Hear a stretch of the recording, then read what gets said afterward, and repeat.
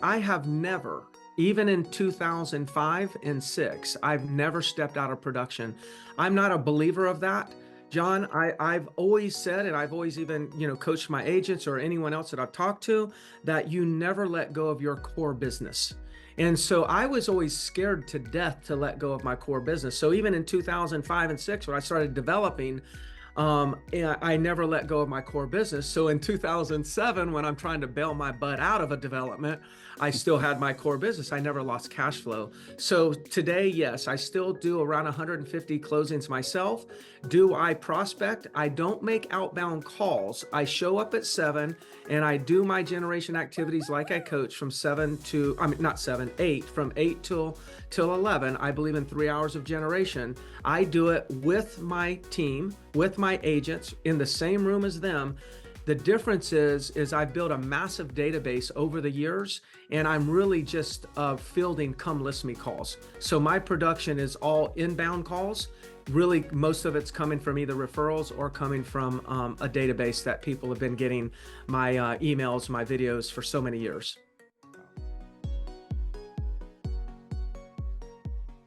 Welcome to the Cheplak Live podcast, where I sit down only with proven, tested leaders who are doing the work, that are getting results, and bringing abundant spirit forward to take you behind the curtain of what's really working right now. And well, I don't know, OG is thrown around a lot, but Greg Harrelson is one of those guys. He brings a track record, he brings skills, he's in the trenches. And so, Greg, welcome and thank you so much for your time. Hey man, I'm glad to be here with you. Always enjoy conversing with you. So I'm excited about what we might create today.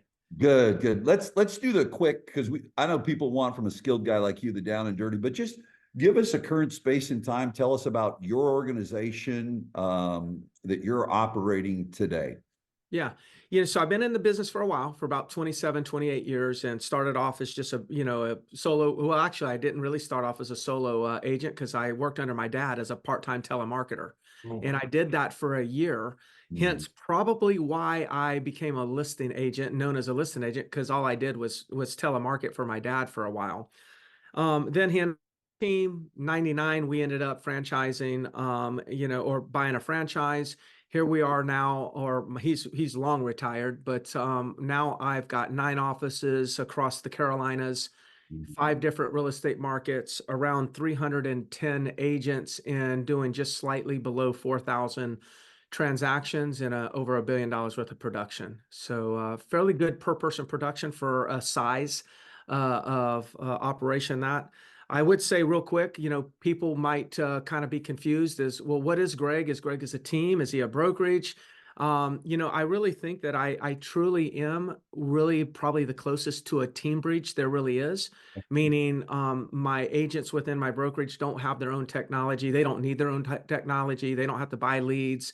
They've got everything that a team would have, we actually offer as a brokerage. The difference is that the individual agent gets to take credit for their production versus it all going under like a team name. That's kind of the difference right there, in my opinion. Really good. Good. Thank you. So let's just jump right in. Do you still do sales personally? And do you still do prospecting activities, the things you did that got you started? Yes, but it looks a little different than now. So Okay. I have never, even in 2005 and 6, I've never stepped out of production. I'm not a believer of that. John, I've always said, and I've always even, coached my agents or anyone else that I've talked to, that you never let go of your core business. And so I was always scared to death to let go of my core business. So even in 2005 and 6, when I started developing, and I never let go of my core business. So in 2007, when I'm trying to bail my butt out of a development, I still had my core business. I never lost cash flow. So today, yes, I still do around 150 closings myself. Do I prospect? I don't make outbound calls. I show up at 7 and I do my generation activities like I coach from 7 to, I mean, not 7, 8, from 8 till 11. I believe in 3 hours of generation. I do it with my team, with my agents in the same room as them. The difference is I've built a massive database over the years, and I'm really just fielding come list me calls. So my production is all inbound calls. Really, most of it's coming from either referrals or coming from a database that people have been getting my emails, my videos for so many years. Wow, really good. How, so at what point in time did you go beyond an individual agent and then let's look at the space from, okay, my production is at X. Now I'm going to open my own office and talk about how that evolution has taken place. Yeah, that's great. I'm glad you asked me that because it kind of touches me. It's a meaningful me to Yeah. me, by the way. So it was probably around 1999 is when my dad and I bought a franchise, and we decided that we were just going to be our own little team, right? And he and I, with a few other people, got up to around 500 transactions a year. So we were doing very big business. Mhm. And what was happening, John, is I was waking up asking myself, is this all there is? Is this what my life's going to be like? Is it going to be every year I'm going to set another goal to do 400, 500, 550, 600, whatever it is? Like, I was just going to figure out a number and I was going to be going for it again. And I started to lose my enthusiasm Mhm. towards that because, and I reflecting now, I think what it was is I was not as interested in just being the person who was winning. I found myself more attracted to being a part of other people who were winning. So it was to me a lonely sport to play when it was all about my goals. So what I did is I said, you know what? I'm no longer going to be a team. Now, what I did is I disbanded my team. Now, the only thing I did, I already had closing coordinator, listing coordinator, I had a few buyer's agents, I had a listing partner. So I had all this stuff as a team. Well, a team and a company is the same thing. So when I say I disbanded my team, all I did was I said, I'm no longer going to take the credit for the production that team members do, but all of the infrastructure that I built, I actually am going to just let now that be the infrastructure for my company. That's how it started. That's why I'm a Team Bridge, because today the infrastructure is the same. It's bigger, but it's the same as it was when I was a team. I've just had to expand it because as I add another agent, I'm adding another a person into our core structure. So, but the real thing is I got tired of setting it. It became lonely, and it became like didn't mean a lot to me if it was all going to be the Greg Harrelson show. I wanted to actually be the person that celebrated seeing other people finish on the crossing the finish line. Really good. So, one thing that my mentor said to me says, "Hey, great, John, you're skilled." And I was in a leadership. And he says, "And we've got cash. You have a problem." And I said, "What's that?" He said, "I'll support you."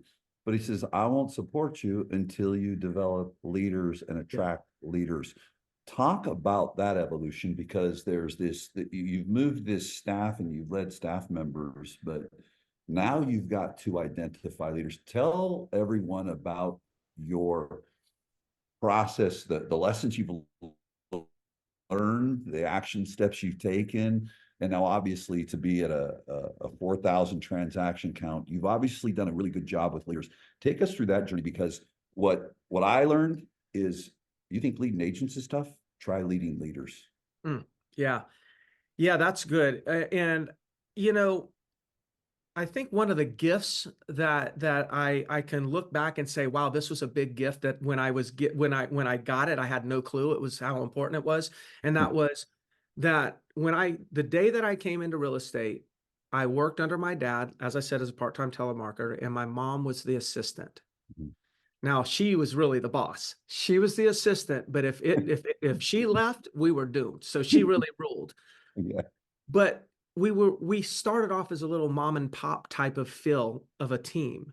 Mhm. And I think what ended up happening is I never let go of the mom and pop feel. In other words, when you're a mom and pop and we're working together as a mom and dad and son, we cared about each other beyond the real estate transaction. And I think we carried that, and I carried that in to ownership of a company and staff and whatnot, that they always felt like they're part of our team. I have got my broker in charge of 3 of my offices right now is pre 1999. She's 1996. I've got multiple 20-year tenured staff members.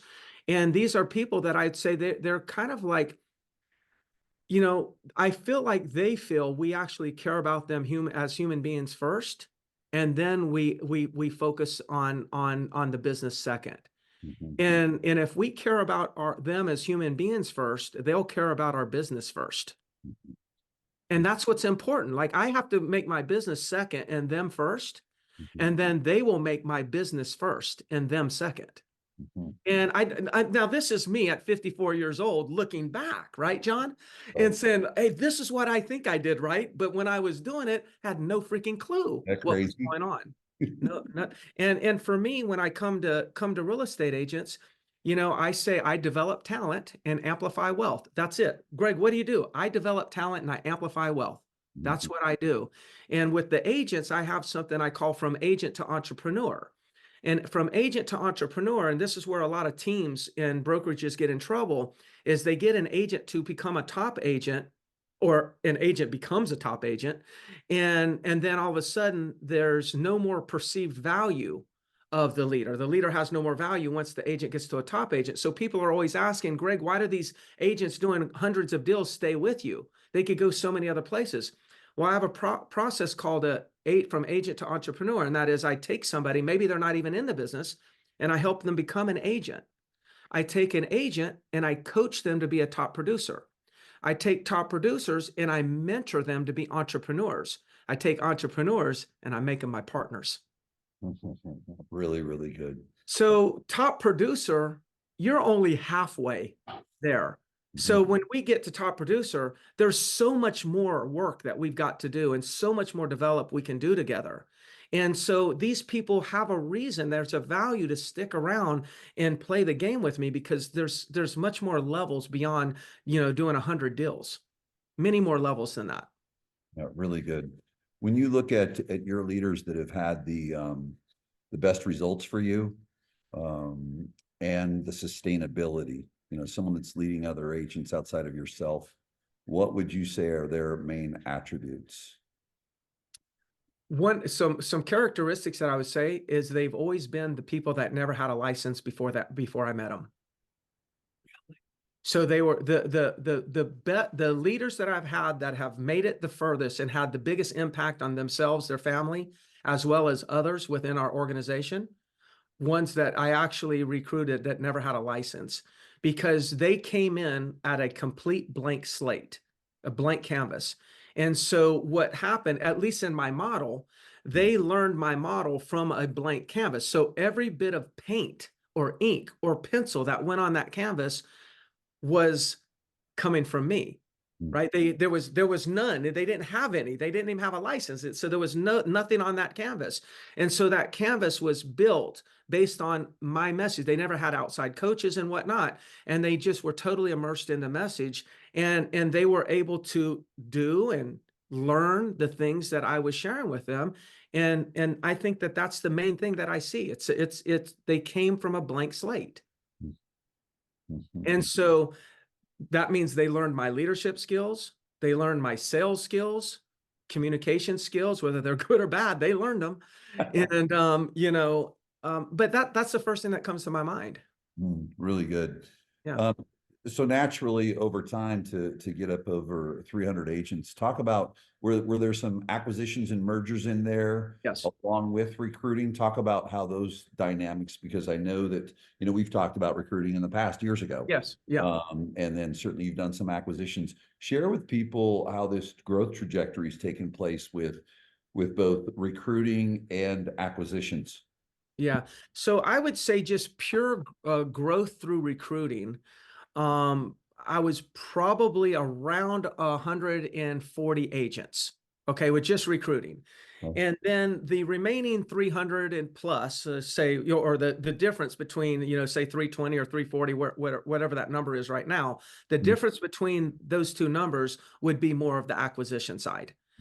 Mhm. And so before, what I did is I was really focusing on being a smaller group with a very high person production. That's always been my focus. Okay. And then while doing that, in order to do that, I had to get better at systems and processes and be able to offer tons of value to these agents so these agents could focus on what they should be focusing on, which is going out there and generating. Which means I need to make sure that they generate, and then I'll do everything else for them in the form of marketing, processing, lead flow, etc. So what I found is once I actually created those systems to support them, without really realizing it, I was creating infrastructure to build a hub and spoke model. And so then I says, okay, now I looked at people, all these company owners are trying to figure out, brokerages are always asking the question, what is our value? What is our value as a brokerage? Oh my God, these teams, everyone wants to be on a team. They don't see any value in brokerages. And so I'm pondering that question with all these brokerage owners. And I'm like, why is this such a difficult question to answer? All we have to do is follow the money. Well, Greg, what do you mean? Well, let's find out where our agents spending their money. They're spending a boatload of money on leads. So obviously they're willing to pay, they're willing to trade currency for leads. They must see a value in that. They're actually spending all this money on transaction management and assistance and all that. That must be a value. They're spending all this money on marketing. That must be a value. They're spending all this money on coaching. That must be a value. So they got thousands of dollars going out of their pocket in those four areas. So if all I got to do is realize that my company needs to be the accumulation of those four companies. I just need, as my brokerage is a coaching company, it's a marketing company, it's a transaction services company, and it's a lead company. And so that's what teams try to be. They don't have any more of an advantage over a brokerage when it comes to the ability to plug those things in. And so I figured out that was the value of a brokerage, or that was the value of team. So as long as I have those components, then I now have value. And then when I systematize those components to streamline and optimize them, then all I had to do I could acquire another company on the other side of the state and just hook that spoke into the hub, and there we go. That's how it kind of like evolved. It's beautiful. Let's go more to the core of your foundation of how you built your business and your work ethic and where you come from. Would you say that looking at your organization, certainly you guys are out front and innovative in the online world and online leads and things like that. But if you were to say, John, we can only pick one. We are a lead consumer type organization that, we're a business propped up on credit cards like some people are. Yeah. Or we are a proactive work ethic first prospecting generating type organization. If you were, could you identify and say, hey, we lean one way really, really heavy, or would you say you're both? What's the dynamic look like in your organization? We're worker bees. We're grinders. We are generators. That's what we are. That's our identity. And lead flow is an enhancement. Okay. So our core business is off of generation. And so I'm going to teach people how to fish, and then I'll also give them fish, right?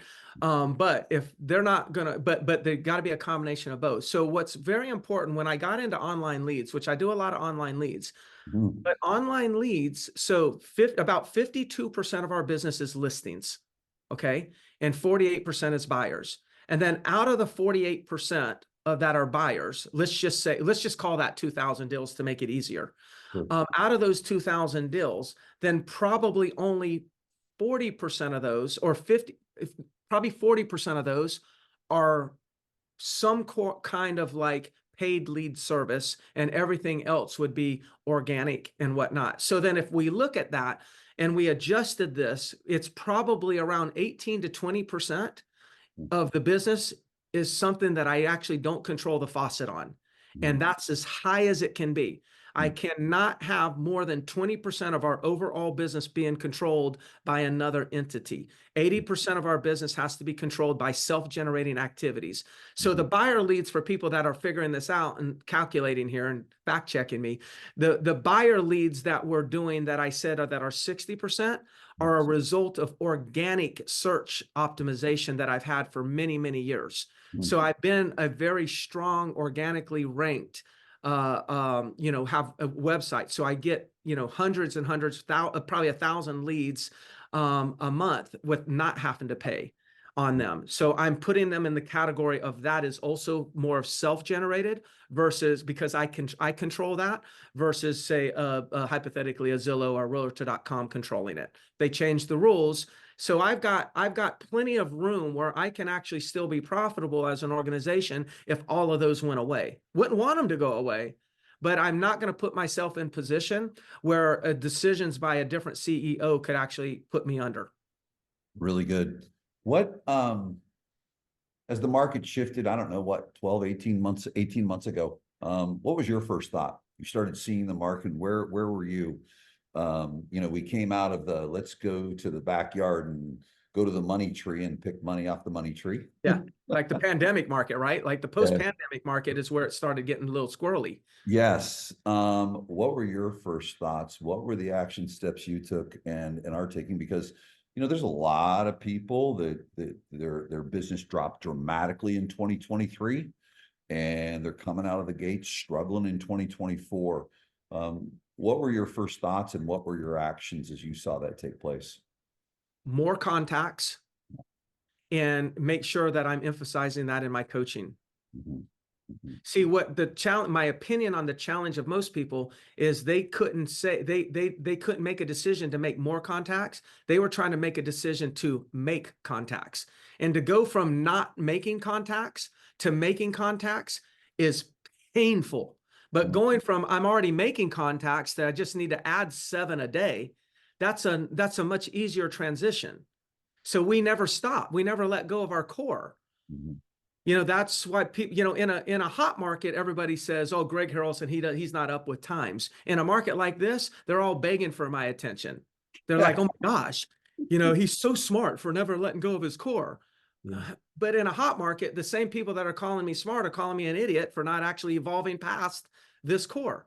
It's like, well, make up your mind. Like in 2005, Greg's an idiot. 2010, he's brilliant. In the pandemic, he's an idiot. And now he's brilliant. I'm the same guy. I'm not changing. I promise. I'm the same dude. Well, it's funny. I chat with people and I'll say, let me ask you a question. If and I've shared it with our friend Preston and people. I say, hey guys, we're in front of a group of agents. Says, listen, let me ask you this. If we said forget everything else and us three just got together and said we're going to go out in the car every day. We're going to go into a block where there's neighborhoods and we don't get to come back to the car till, Greg, you hit 100 doors, I hit 100, Preston hit 100. Then we're going to go back in the office. And by the way, our brakes work when there's a FISBO. We stop and knock on the door. Okay. And we go back and then we make 100 dials a day. Would we be the top producer still? We can't do online leads, nothing else. Would we still be the top producer, Greg? Yes. Yeah. It's the wildest thing, right? Yep. It's end of story. I mean, there's not even debatable in my mind. No. The as you see the changes taking place, this is great timing. Yeah. How when you look at the training and the skill building you do in your organization, how are you feeling as you're leading out a group of 300 plus agents with the change in buyer agency? So I'm not afraid, but I am paying attention. Okay. Yeah. Because I'm not gonna live in fear.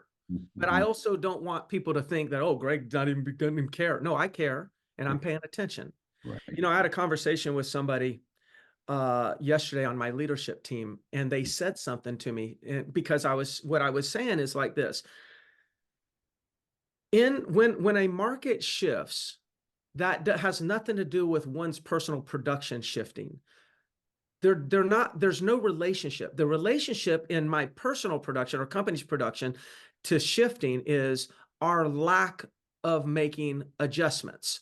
So it's like a market can shift, And we can actually, the market can go down and we can go up if we make the proper changes. Less, I fear less what the market's going to do. I will pay attention, but I would fear more of what I'm not going to do. Right. So my fear is like not changing, not paying attention. But you're going to remember this because you were in Vegas. I guess you're still in Vegas right now, but were you in Vegas doing your thing in 2007 and 8? I was. Okay. Yep. John, these people right now are afraid to present buyer agency before touring a property and maybe having a compensation agreement signed by a buyer. Yeah. This crap that I had to deal with in 2008 was the person that paid $700,000 for a condo. They borrowed they borrowed $600,000. They got a $600,000 mortgage and it's worth $350,000 right now.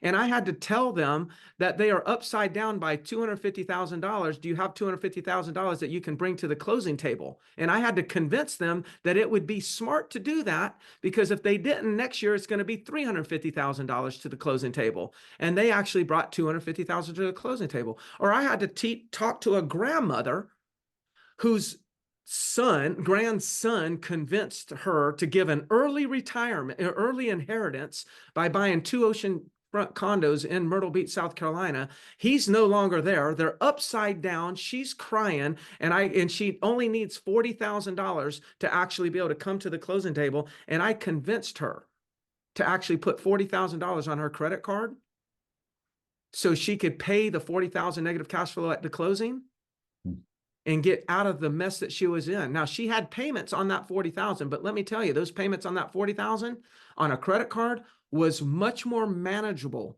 than the payments that she had on those 2 condos with HOA fees, taxes, and everything else that she was dealing with. I was a blessing for that lady's life. If I can have if I can adapt to that conversation, I think I'm going to be able to get my agents to adapt to this conversation. This is for the agents that are just experiencing the first change of their life in this career. You got to understand there's people like us that we've dealt with way bigger conversations than we're going to have to deal with right now. So that's where my head is. Yeah, really, really good. With that said, I know that you are a lifelong learner. Yes. Both being coached, but also have a coaching business, which before we end our time today, I want to make sure that everyone is aware of Greg's coaching business and an opportunity to be exposed to him. Talk about internal training. What does training look like in an organization like yours? Just a general month. What opportunities are there for agents that have supported them, but then also allows you to continue to grow and do this type of transaction count? Yeah, there's probably about 6 different training sessions a week that people would have the ability to opt in. Nothing would be mandatory, but there's probably 6. And so the 6 would be broken up into more of a lead mastery, listing mastery type coaching, buyer mastery coaching. It'd be a group.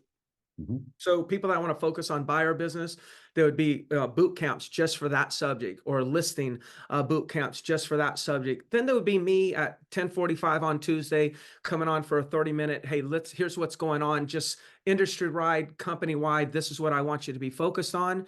And so we have about 6 different, I guess, sessions broken up throughout the week. All of it is also recorded and archived in our own personal learning center where they go to, and then broken into subjects. If somebody needs to is struggling with negotiations or price reductions, they just go to a section on price reductions and they'll see, hey, here's Greg's latest price reduction letter or email that he sent to all of his clients. They can just copy and paste it, send it to theirs, change the numbers, or they can get videos on me speaking about the significant components of price reductions. With price reductions, it's less about what you say on the day that you're asking. It's more about earning the right to ask. So what you do for the 3 weeks prior to the ask is what's the art of a price reduction. And so they're going to have all of that stuff in kind of a learning center. They just open up the membership site, and it's just all laid out for them. And so there's at least a minimum of 6 new pieces of content dropping in that learning center, that university every week. There's Do you hundreds and hundreds of videos. really good? Do you find that your some of your higher performers give back and actually do some of the training too, or is it all leadership? Talk about that ability, if you have that, to get actual agents to bring their skills forward to the Yeah. organization. Do you do any of that? Yeah, I do. And so remember agent to entrepreneur, and sometimes you can go from agent to top producer, entrepreneur to business partner. Well, then when you become business partner, I coach you to keep your core. So like I have business partners that are still doing 300 transactions a year. And so now they're developing content also to assist me in developing content. And they have a vested interest in doing so. At the same token, I will handpick or select some people that I'll do some short-term coaching with. And Mhm. then what I'm doing with them is like maybe I will take them and say, hey, I want to do a series called Handled by Harrelson. I'm just going to show up and I want you to throw me the craziest objections.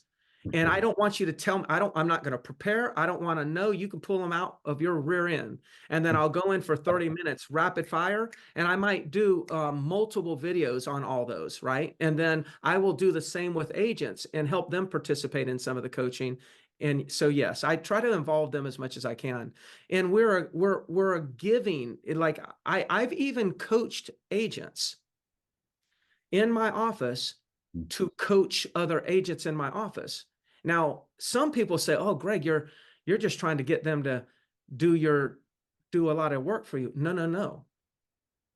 The biggest gift, again, now that I'm 54, Yeah, right. I'm now that 50 I'm 54, because I'm I wasn't this 52. smart. No. I look smart now in my own mind. I even think I'm smart. I know I'm not smart. I got lucky, I guess. But when Mike Ferry allowed me to be a coach for him, and I coached agents, I got so much, but yes, I got so much better. That's where I had some of the highest and best growth. And so I've never forgot that there was something about it. So I've had agents that are kind of stuck, or maybe that they're getting a little complacent, and they're good, complacent at 100 deals. And I'll say, you know what, you need to Yeah, coach a few agents. And then all of a sudden, now they're speaking all these things that they're telling this other agent to do, and hearing that they're not doing them themselves. And when they spoke it as a coach, that actually created a crazy accountability for them to get back and do it themselves. And then boom, trajectory. So sometimes when I see somebody hit a plateau, I'll coach them to coach, not for them to do my work, because that's a higher level of coaching. good. Well, that's where mastery takes place. We get it, when you teach it, you learn it twice. Yes. It's a I, beautiful thing. I tell my agents, I said, you'll never role play more than I do, because I'm role playing every day. Yeah. Every coaching call I have, every got a minute to me is a role play. So Yeah. I'm getting better every day just because I'm still doing reps. Yeah. That's it. Do the reps. Let's close with this. A couple other things here real quickly. You're talking to a traditional broker. What would be, just in your, you know, seeing what's out there in the industry and interacting with a lot of different leaders. And I know that you've done a lot of work in speaking at Ferry events, and obviously to have Mike bring you forward. We see your track record, know what you do. Century 21 puts you on stage because you're that person that's out there doing it. What would you say to a traditional broker owner right now, the top three things they need to absolutely obsess with to grow their business today? I would say the first thing that comes to my mind is this: they need to build authority within their operations. And that doesn't mean by making people subordinates. Build authority meaning like owners of brokers or of companies have given up on delivering messaging and coaching to their company. Now, I know a lot of people don't have backgrounds for coaching, but there's other ways to do it. You don't have to always be the resource. You can be a resource for somebody else. I mean, or you just got to provide resources, but not necessarily be the resource. Before I started coaching my agents, I actually took Mike Ferry's videos off of YouTube And I put them, like, he had this one series of 13 videos, and then every week I would send out one of his videos.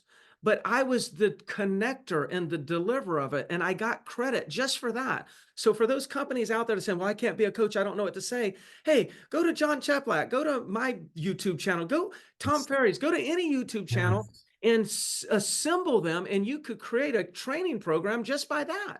And you're going to get credit, and you're going to be seen as a level up than where you are. So there's some things you can do right there. The other thing is I think they've got to be a little bit more visible in like, everyone's talking about recruiting.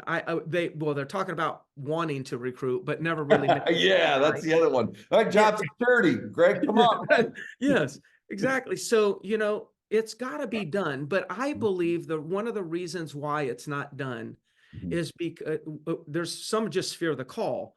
Sure. But one of the big reasons is owners are not clear on what their value is.